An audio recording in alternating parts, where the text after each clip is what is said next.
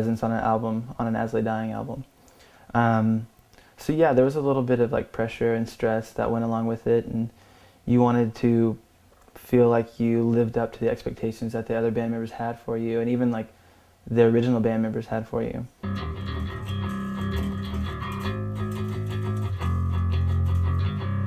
Yeah, that's it. It's the new bass line.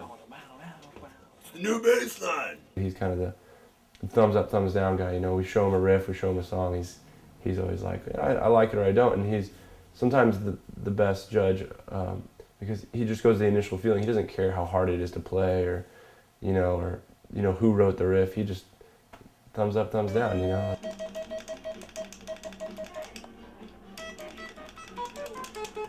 For me, I'm there as a producer, you know, and for Nick, I think having been the most recent guy to join the band, he just had that like excitement to be there, you know, and he just wanted to be a part of everything. I remember when we were doing pre-production, he was kind of writing the solo on the spot before he was about to record it, and he was just practicing it for so long over and over that the string, like copper or whatever it is, nickel, whatever it is, was coming out on his fingers. So he had these like gray fingertips, and because he was just shredding so hard on it that started wearing off.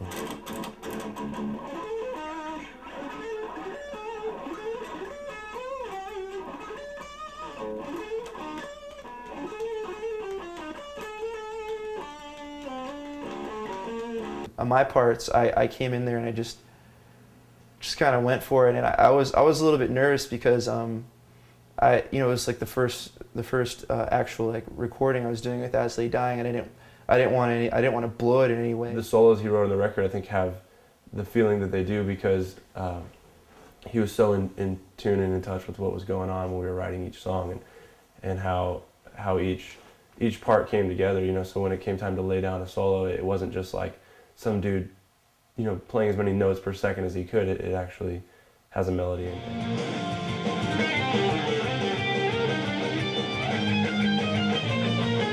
Solo.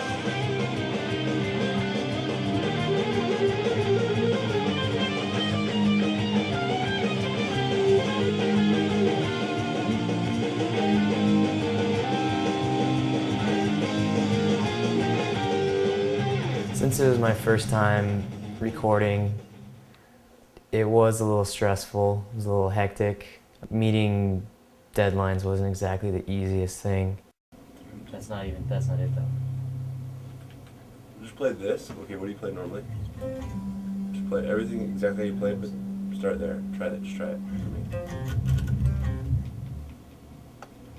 Nope. Yep. There were a few instances where people are kind of butting heads, but I guess what we had going in our advantage or in our favor was that we were at home. How about this, Nick? Nick, stop playing guitar and listen. I'm listening to you. If any problem that was too big to handle that day, we could go home and think about it. We weren't stuck in, hotel room with each other all day and then at a studio all day. All right. You after the like a ring out kind of like, and then go into like some sort of like. Like a like a After like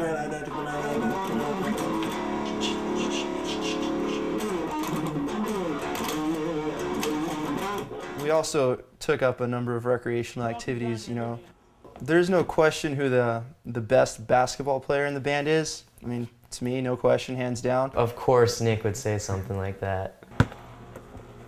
Oh! Eyes closed, shirt over the head. Raindrops. When I throw that ball up in there, I just whisper one phrase, and that phrase, or one word, and that word is raindrops, and it comes down so smooth, right through the net, like a raindrop. It's beautiful. It's a work of art, actually. I don't think Jordan can really dribble too well. I don't know if you have footage of that, but if you did, that would be great to show. We spend most of our time playing music and not sports, so I mean that probably says a lot.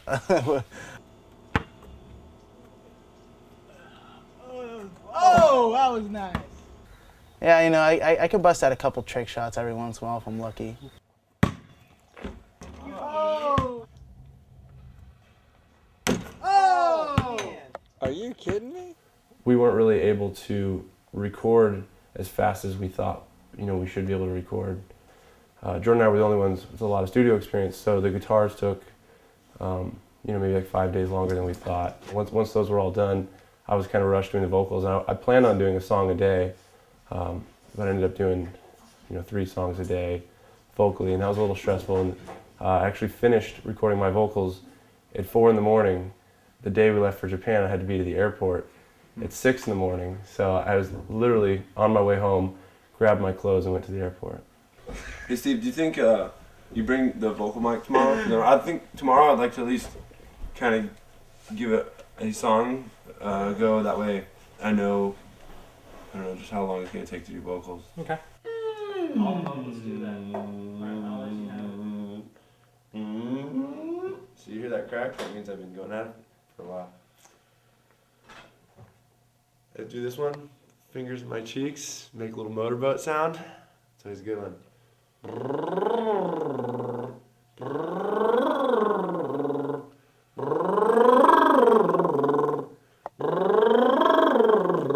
There are no smooth-looking warm-up exercises. Then there's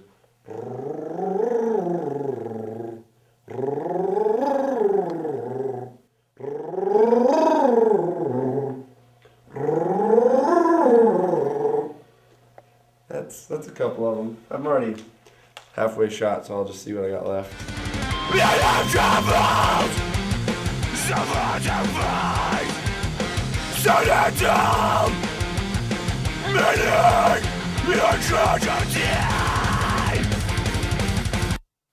I like what I did there for more variation's sake.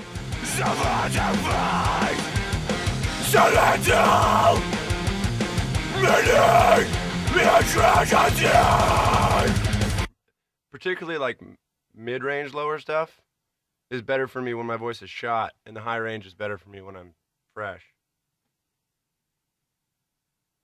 It just smooths over the gargle, I guess that's what it is. When my voice is shot, I have no gargle in it. Okay, I'll try to get them back to back.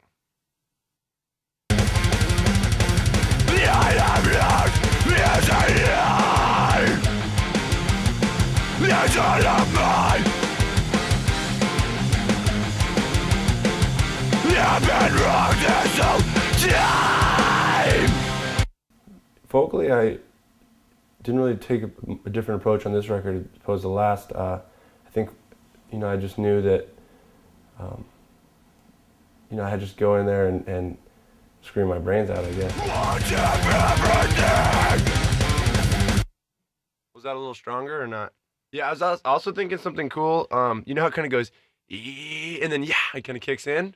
What if there was just a double on when it kicks in, like yeah, kind of. But I'll have to do yeah again too, otherwise I'll screw it up. Okay.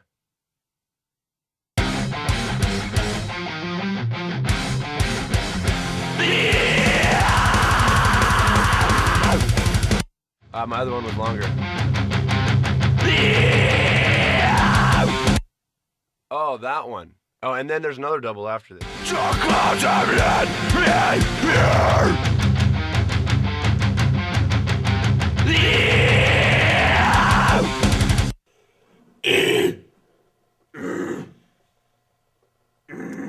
Some vocalists have the thing where they can go in and they can perform at 60% and they actually sound better, or people scream a little bit louder than what I'm talking right now. And for me, I only sound like myself if I'm absolutely, pushing my voice as hard as possible. And that makes touring, I think, a little more strenuous on my body than the average singer. But that was the mentality I had going into the studio, and it's just something that this is my style, and there's really no other way that I know how to do vocals.